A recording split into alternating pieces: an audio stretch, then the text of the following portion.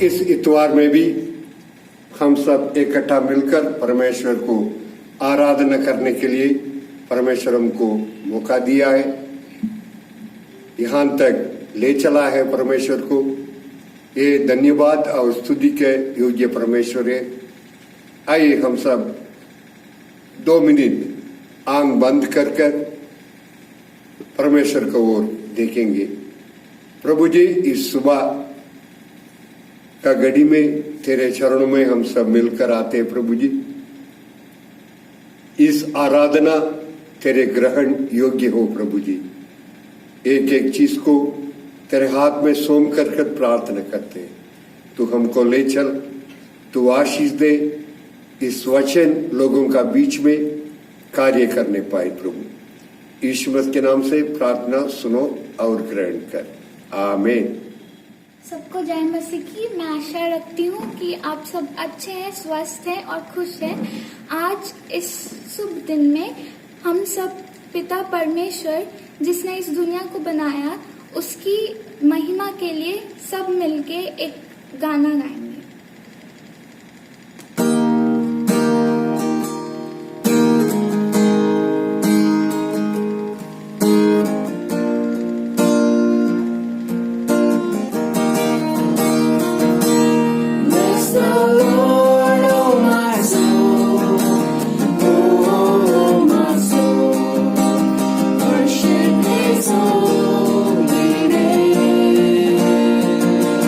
Sing like this.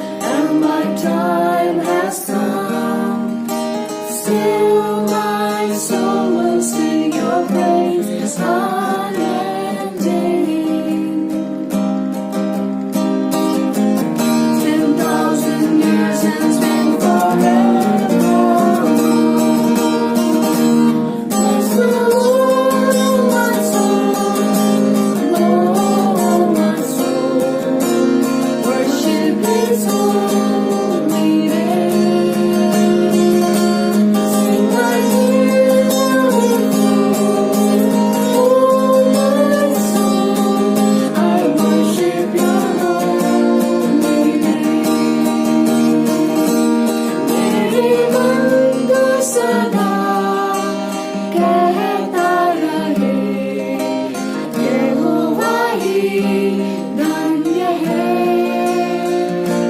जो कि गहराई से आराधना उस पवित्र की करे।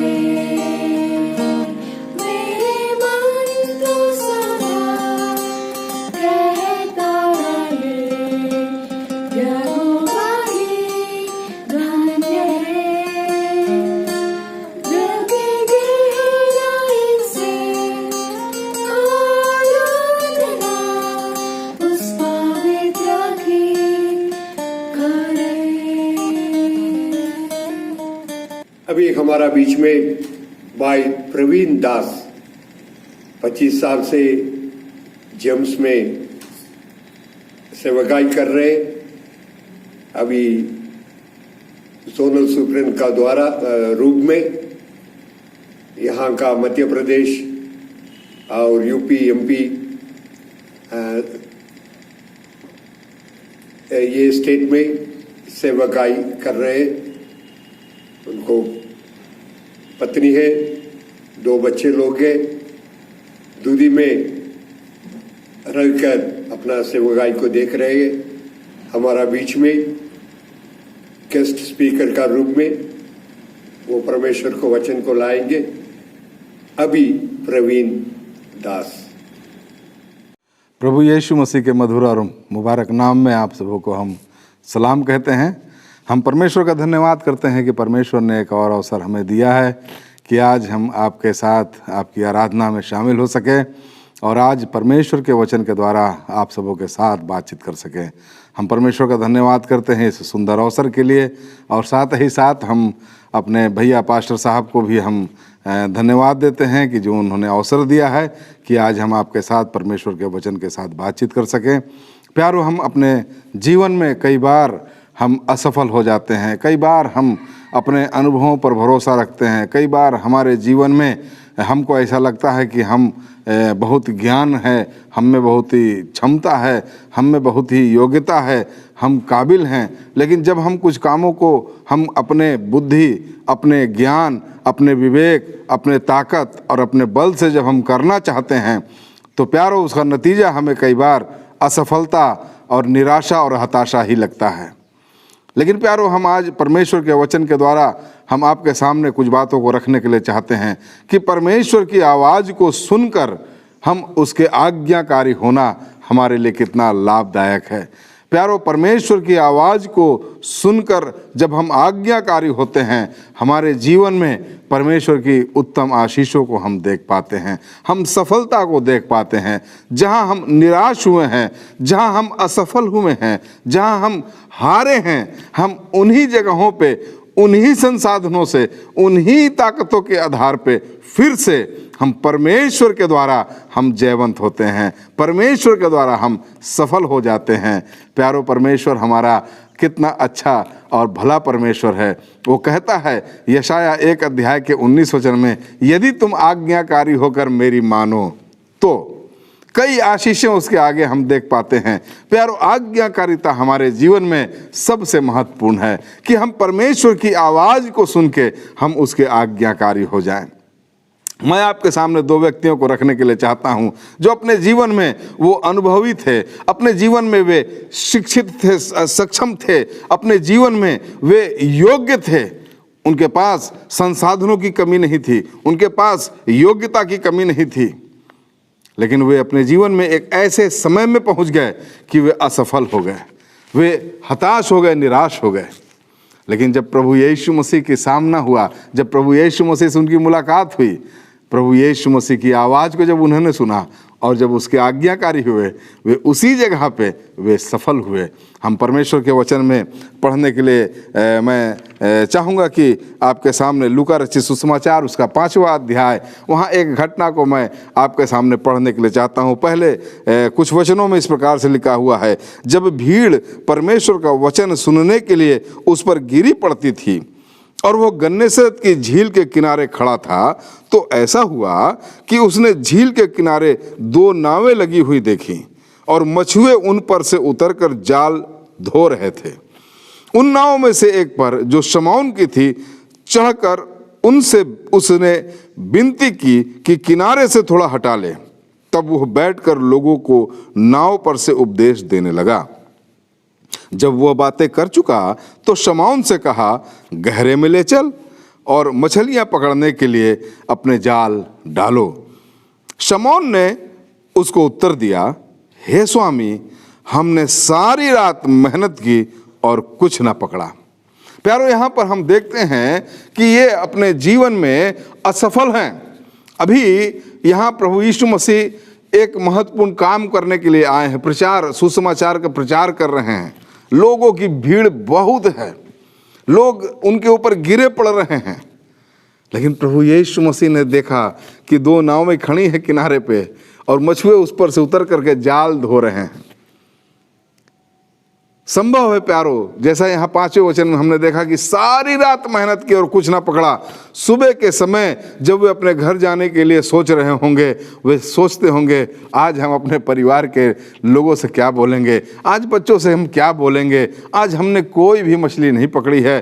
क्योंकि पतरस और उसके साथी वे अनुभवी मछुआरे थे, उनके पास योग्यता की कमी नहीं थी, उनको ज्ञान था कि कहाँ हमको मछलियाँ मिलेंगी, वे कब और किस समय में मछलियाँ हम पकड़ सकते हैं।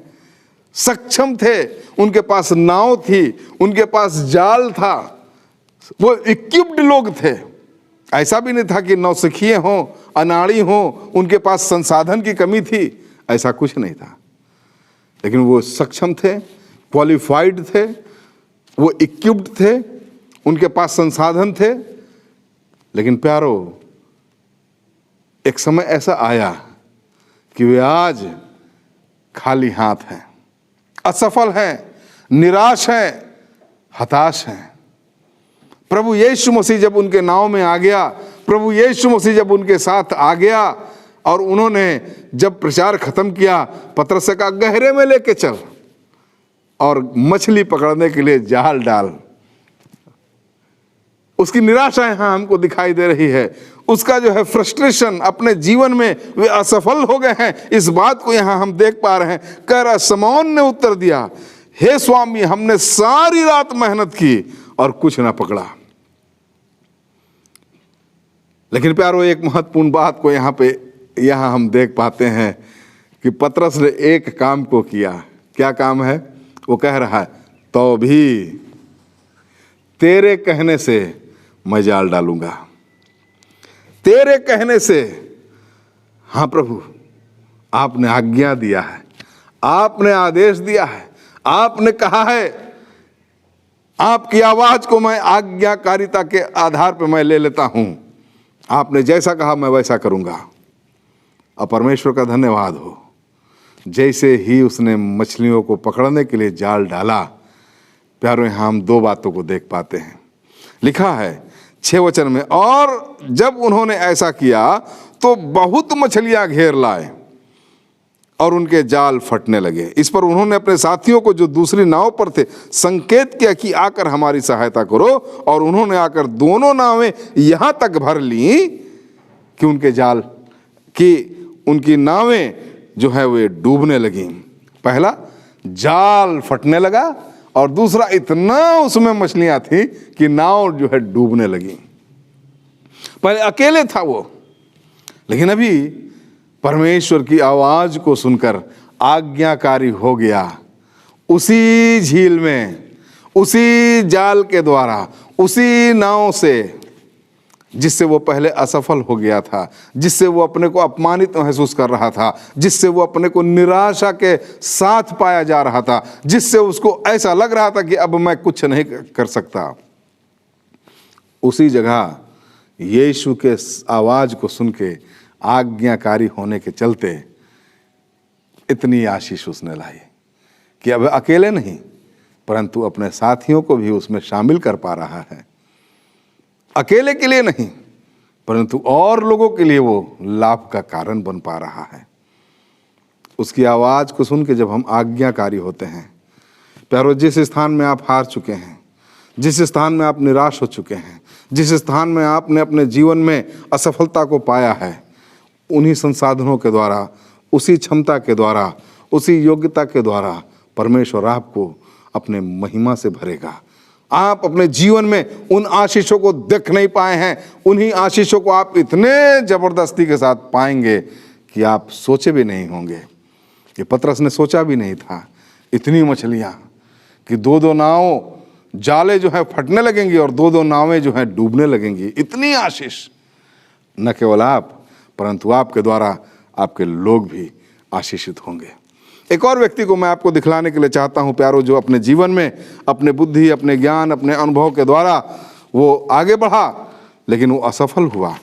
लेकिन जब उसने परमेश्वर की आवाज़ को सुना और जब उसकी आवाज़ को सुन के जब वो आज्ञाकारी हुआ, हम देखते हैं परमेश्वर उसको दूसरों के लिए कैसे आशीष का कारण बनाया। प्रेरितों के काम उसके 7वें अध्याय में जब हम 23 वचन से पढ़ते हैं, वहाँ हम मूसा के बारे में हम जान पाते हैं। यहाँ पर इस प्रकार से लिखा हुआ है 23 वचन में, जब वह 40 वर्ष का हुआ तो उसके मन में आया कि मैं अपने इस्राएली भाइयों से भेंट करूं। उसने एक व्यक्ति पर अन्याय होते देखकर उसे बचाया और मिस्री को मारकर सताए हुए का पलटा लिया। 25 वचन को ध्यान से सुनिएगा। उसने सोचा कि उसके भाई समझेंगे कि परमेश्वर उसके हाथों से उनका उद्धार करेगा, परंतु उन्होंने ना समझा। प्यारो, मूसा के मन में कहीं ना कहीं ये जानकारी थी कि परमेश्वर ने उसे पानी से बचा लिया।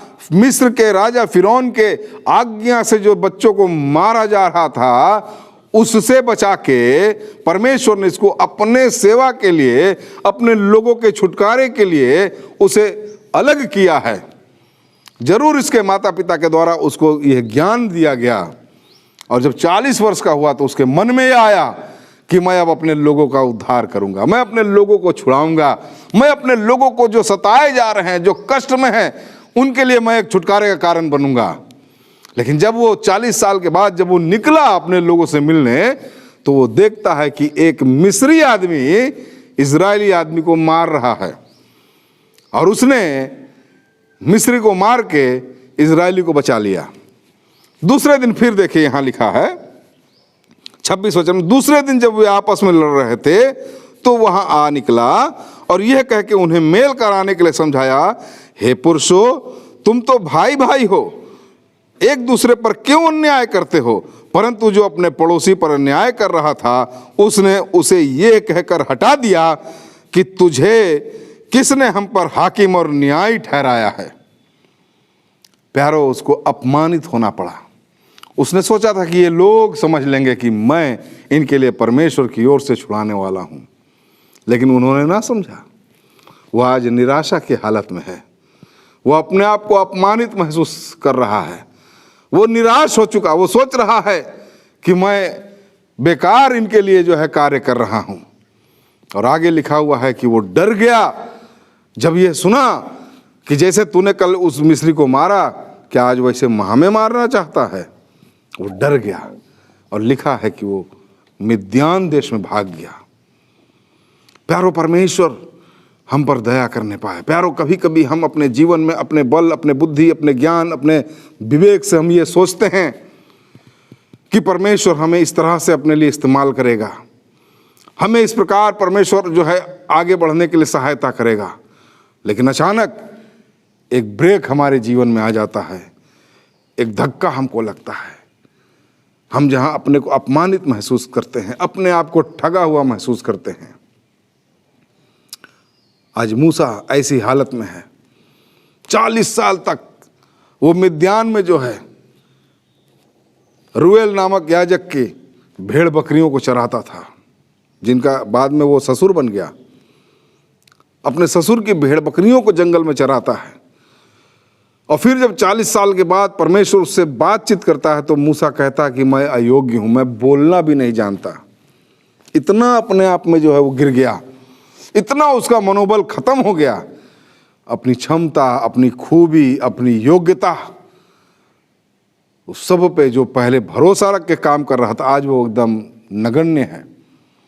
आज वो कह रहा मैं अयोग्य हूं, मैं बोलना नहीं जानता हूं परमेश्वर, मैं कैसे मैं लोगों को बोलूं, मैं कैसे लोगों को मैं समझाऊंगा, मैं कैसे लोगों से मैं बात करूंगा, लोग मुझे नहीं समझेंगे। आज वो एकदम नकारात्मक ता से भरा हुआ है। आज वो अपने जीवन में ऐसे स्थान में आ चुका है जहां अब उसमें कुछ करने की ताकत नहीं है। निराशा और हताशा के साथ वो आज वहां पाया जा रहा है। एक ऐसी सिचुएशन में है कि ना तो वो आगे बढ़ सकता ना पीछे हट सकता है, लेकिन परमेश्वर जलती हुई झाड़ी में से उससे बर्ताव कर रहा है। हे मूसा, मैं तुझसे मिलने आया हूं, जहां तू खड़ा है वो पवित्र स्थान है, और मैं इसलिए आया हूं कि मैं तुझे फिर से मैं भेजूं। यहां लिखा हुआ है, देखिए कि 34 वचन में, कि तब जो है प्रभु ने उससे कहा, अपने पांव से जूती उतार ले, क्योंकि जिस जगह तू खड़ा है वो पवित्र भूमि है। मैंने सचमुच अपने लोगों के जो मिस्र में हैं दुर्दशा को देखा और उनकी आह और उनका रोना सुना है, इसलिए उन्हें छुड़ाने के लिए उतरा हूं। अब आ, मैं तुझे मिस्र में भेजूंगा। प्यारो परमेश्वर का हम धन्यवाद करते हैं। परमेश्वर ऐसे व्यक्ति को जो आज सब कुछ खो चुका, जो इसका दर्शन खत्म हो चुका, जिसका बोझ खत्म हो चुका, जिसकी लालसा एक उत्साह खत्म हो चुका है, निराशा और हताशा में पाए जाने वाला व्यक्ति उसको मिलने आ गया, उससे कह रहा है, आ, मैं तुझे मिस्र को भेजता हूं। परमेश्वर का धन्यवाद हो, उसने उसकी आवाज को सुना और आज्ञाकारी हुआ। He was obedient to his voice. परमेश्वर की आवाज का आज्ञाकारी हुआ। और लिखा है यहाँ 35 वचन में लिखा है, जिस मूसा को उन्होंने यह कहकर नकारा था कि तुझे किसने हम पर हाकिम और न्यायी ठहराया, उसी को परमेश्वर ने हाकिम और छुड़ाने वाला ठहरा कर उस स्वर्गदूत के द्वारा जिसने उसे झाड़ी में दर्शन दिया था भेजा। यही व्यक्ति मूसा मिस्र और लाल समुद्र और जंगल में 40 वर्ष तक अद्भुत काम चिन्ह दिखा दिखा उन्हें निकाल लाया। 37 में लिखा है, ये वही मूसा है जिसने इस्राएलियों से कहा, परमेश्वर तुम्हारे भाइयों में से तुम्हारे लिए मुझसे एक भविष्यवक्ता उठाएगा। ये वही है जिसने जंगल में कलीसिया के बीच उस स्वर्गदूत के साथ सीनै पहाड़ पर उससे बातें की और हमारे बाप दादाओं के साथ उसी को जीवित वचन मिले जिसे हम तक पहुंचाए। प्यारो, जब हम परमेश्वर के वचन के आज्ञाकारी होते हैं, हम निराशा और हताशा के बीच में भी होंगे, परमेश्वर हमें इस्तेमाल करना चाहता है। अपने आप को हम परमेश्वर के हाथों में सौंपें। आज इस सुबह के समय आपका उत्साह खत्म हो चुका है, आप निराशा के साथ आप पाए जाते होंगे। आज आप सोचते होंगे कि मैं अब क्यों इतना मैंने मेहनत किया, मैं क्यों इतना परिश्रम किया, लेकिन आज मेरा परिश्रम, मेरा मेहनत सब कुछ व्यर्थ हो चुका है। मैं कहीं भी सफल नहीं हो पा रहा, मैं कहीं भी आगे नहीं बढ़ पा रहा हूं, मैं कहीं भी लाभ का कारण नहीं बन पा रहा हूं, मेरे द्वारा कुछ भी नहीं हो पा रहा है। आज आप निराशा में होंगे, लेकिन प्यारो, परमेश्वर आपसे आज बर्ताव करना चाहता है। उसकी आवाज़ को सुने, उसके वचन के आज्ञाकारी हो जाएं। परमेश्वर आपको अपने महिमा के लिए इस्तेमाल करेगा। पतरस के समान जब वो कहा, मैंने बहुत मेहनत किया है, सारी रात मेहनत किया है। आज आप पढ़ते होंगे, विद्यार्थी होंगे, आज आप बिजनेस करने वाले होंगे, आज आप जो है कि किसी कंपनी में काम करने वाले होंगे, लेकिन प्यारो, आपका सोचा हुआ सफल नहीं हो रहा होगा। आपके पास जो क्षमताएं हैं, जो संसाधन हैं, उससे आप आगे बढ़ नहीं पा रहे होंगे, लेकिन प्रभु आज आपसे बर्ताव करना चाहता है। प्यारो, वो आज आपसे कहता है, आपके साथ रह करके, कि आप उसकी आवाज़ को सुन के आज्ञाकारी हों। जहां आप अपने आप में अपमानित महसूस करते हैं, जिस बात के द्वारा आप अपने आप को निराश और हताशा के साथ पाए जाते होंगे, उसी जगह में, उसी स्थान में परमेश्वर आपको महिमा देगा। जिन लोगों ने मूसा को इनकार कर दिया, उन्हीं लोगों के ऊपर मूसा को परमेश्वर ने न्यायी और हाकिम ठहरा के भेज दिया। उन्हीं लोगों के लिए आशीष का कारण बना। प्यारो, अपने आप को परमेश्वर के हाथों में सौंपें, उसकी आवाज़ को सुन करके आज्ञाकारी होने के लिए सीखने पाएं। आइए हम अपनी आंखों को बंद करें, परमेश्वर से हम प्रार्थना करें। पिता परमेश्वर, हम अपने आत्मा, शरीर, प्राण को आपके हाथों में सौंपते हैं। हमारे कानों को खोलिए कि हम आपकी आवाज़ को सुने। हमें ऐसा मन दें कि हम आपके आज्ञाकारी होकर आपके पीछे चलने पाएँ, ताकि आपके द्वारा हम आशीषित हों, न केवल हम अपने लिए परंतु दूसरों के लिए हम आशीष का कारण बनने पाएँ। यीशु मसीह के नाम में आमीन। धन्यवाद। Thank you. प्रभु जी धन्यवाद देते हैं, तेरे वाणी सुनना है, उसका अनुसार काम करने में आशीष का अलावा कुछ नहीं है। प्रभु जी इस सुबह का घड़ी में भाई का द्वारा जो संदेश आया एक भविष्यवाणी का रूप में आया, तू एक एक जन का बीच में कार्य कर प्रभु जी, आशीष दे। तेरे वचन व्यर्थ नहीं लौटता है प्रभु जी, कार्य करने पाए। भाई प्रवीण को, उसको परिवार को तेरे हाथ में सौंप कर प्रार्थना करते हैं प्रभु जी, तू आशीष दे, अनुग्रह दे। इस सप्ताह में बर्थडे जो मान रहे उन लोगों के लिए हम प्रार्थना करते हैं प्रभु जी। मास्टर अनुराग 26 का बर्थडे है, और डेविड रॉबर्ट का 26 का बर्थडे है, स्टीफन का 29 का बर्थडे है। ये तीनों जन को तेरे हाथ में सौंप कर प्रार्थना करते हैं, तू आशीष दे, अगुवाई कर। यीशु मसीह के नाम से प्रार्थना सुनो और ग्रहण कर, आमीन। अभी हमारा प्रभु यीशु मसीह का अनुग्रह, परमेश्वर का प्रेम और पवित्र आत्मा का संगति यीशु मसीह लौटाने समय तक हम सबके साथ बने रहे, आमीन आमीन।